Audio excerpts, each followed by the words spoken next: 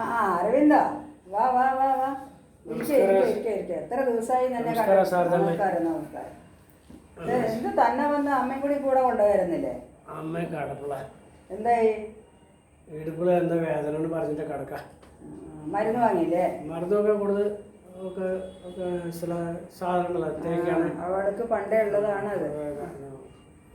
രാവിലെ കേട്ട് ഭയങ്കര സന്തോഷമാണ്. നിങ്ങളുടെ മരുമക വോൾട്ടേജ് പോകുമ്പോഴെന്ന് നിങ്ങൾ കൂട്ടിക്കൊണ്ട് വന്നപ്പോൾ ന്യൂസ് കേട്ട ശേഷം ഒന്ന് കണ്ടിട്ട് പോകണം എന്നതാ. അവളാണ് എന്നെ കൂട്ടിയിട്ട് വന്നോ. ഞാനിപ്പോൾ ഭയങ്കര ഹാപ്പിയാണ്. അവിടെ ഓൾഡ് ഏജ് ഹോമിൽ ഇരിക്കുമ്പോൾ ഞാൻ ശരിക്കും ഒരു ജീവശവം കേട്ടിട്ടില്ലേ? അതെ, ജീവനുണ്ട്, പക്ഷെ ശവമാണ് അത്. എല്ലാവരും നന്നായിട്ട് നോക്കുകയൊക്കെ ചെയ്യും, എല്ലാ ഭക്ഷണം എല്ലാം ശരിയാണ്. പക്ഷെ നമുക്ക് ഒരു അമ്മയുടെ മനസ്സല്ലേ, താങ്ങണില്ല, എന്നെക്കൊണ്ട് താങ്ങാൻ പറ്റിയില്ല. എന്താ ചെയ്യുക? എന്താണ് നിങ്ങളുടെ മകൻ ഇങ്ങനെ ചെയ്തത്?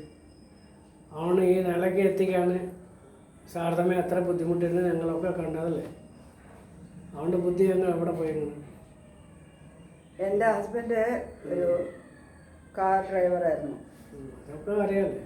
ഒരു കാർ ആക്സിഡൻറ്റിൽ അങ്ങേര് പോയി, ഞങ്ങളെല്ലാം വിട്ടു പോയി. അപ്പോൾ ഇവന് 6 മാസം കുട്ടിയാണത്, എൻ്റെ മോൻ. അവനെ വളർത്തി വലുതാക്കി പഠിപ്പിച്ച് ഈ നിലമേൽ കൊണ്ടുവരാൻ ഞാൻ പെട്ട കഷ്ടം ഗുരുവായൂരപ്പന് മാത്രമേ അറിയുള്ളൂ. ഇതൊക്കെ നമ്മളൊക്കെ കണ്ടതല്ലേ. പിന്നെ അവന് നല്ലൊരു ജോലി വാങ്ങിക്കൊടുത്തു, നല്ല ശമ്പളമുണ്ട്. നല്ലൊരു പെൺകുട്ടിയെ നോക്കി ഞാൻ അവനെ കല്യാണം ചെയ്ത് വെച്ചു. അവൾ നല്ല സ്വഭാവമാണ്, അവളും ജോലിയുണ്ട്, അവൾക്കും ജോലിയുണ്ട്. പക്ഷെ അവൾക്ക് 2 വർഷമായി കല്യാണമായിട്ട് ഇതുവരെ ഒരു കുട്ടി ഉണ്ടായിട്ടില്ല. നമ്മൾ വെയിറ്റ് ചെയ്യാം, ചെറുപ്പമല്ലേ അവർക്ക്. ഉണ്ടായിക്കോളും, ഗുരുവായൂരപ്പനുണ്ടല്ലോ, ആശീർവദിച്ചോളും.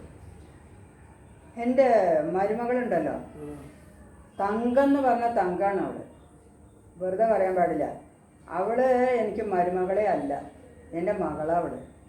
അവൾക്ക് ഞാൻ അമ്മായിയമ്മയല്ല, അവളുടെ പെറ്റ അമ്മ മാതിരി അവളെ എന്നെ നോക്കുന്നത്. ഞാൻ ഇങ്ങനെ ഒരു മരുമകളെ കിട്ടാൻ കൊടുത്തു വയ്ക്കണം. എന്ത് പുണ്യം ചെയ്തതെന്ന് എനിക്കറിയില്ല. അവളെ എന്നെ ഒരു ജോലി ചെയ്യാൻ സമ്മതിക്കില്ല, റെസ്റ്റ് എടുക്കാൻ പറയും എപ്പോഴും. പിന്നെ സത്തായിട്ടുള്ള ഭക്ഷണം ഉണ്ടാക്കിയിട്ട് എന്നെ ഊട്ടി വിട്ടിട്ട് അവൾ കഴിക്കും. ചുരുക്കത്തിൽ പറഞ്ഞാൽ ഞാനൊരു ചെറിയ കുട്ടിയെ മാതിരി എന്നെ നോക്കണം അവള്. ഞാൻ പെറ്റ് വെച്ച ഒരു തറുതല ചെക്കണ്ടല്ലോ, അവൻ പെറ്റ അമ്മ ഭാരമാണെന്നും പറഞ്ഞിട്ട് എന്നെ ഓൾഡ് ഏജിൽ കൊണ്ടുപോയി വിട്ടിട്ട് മാസം കാശ് കെട്ടിട്ട് വരും എന്നെ നോക്കാനാൾക്ക്.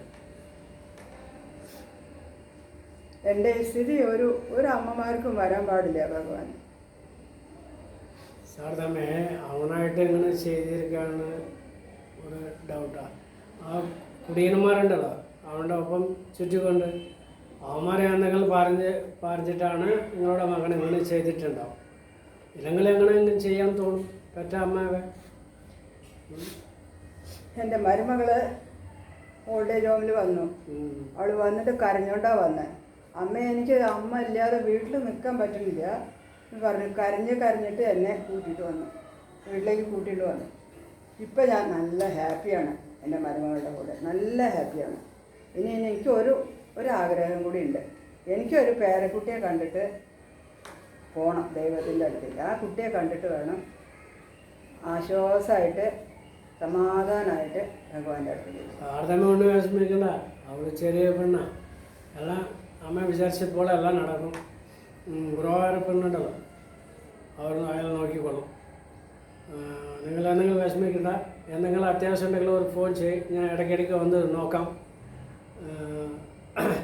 അപ്പോൾ അമ്മയ്ക്ക് സുഖമായി ഞാൻ കൂട്ടിക്കൊണ്ട് വരാം. ശരി, അപ്പം ഞാൻ ഇറങ്ങട്ടെ. ശരി, ഓക്കെ, ഇടയ്ക്ക് വാ. ഓക്കെ. മരുമകൾ വന്നാൽ ചോദിച്ചതാ പറയാം.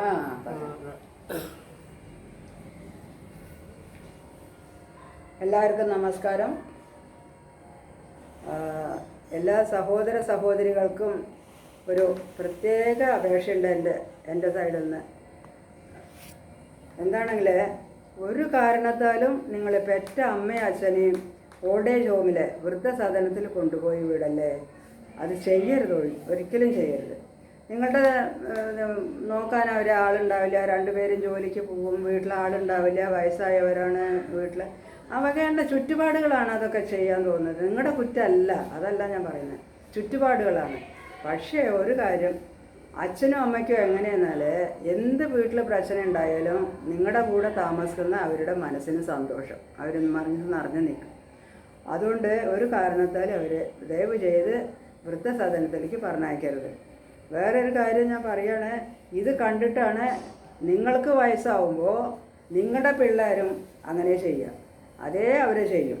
അതുകൊണ്ട് ഈ തെറ്റ് ചെയ്യരുതേ സഹോദര സഹോദരികളെ, ഇതാണ് എൻ്റെ അപേക്ഷ.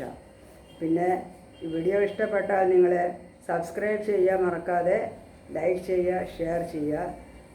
വളരെ നന്ദി, നമസ്കാരം.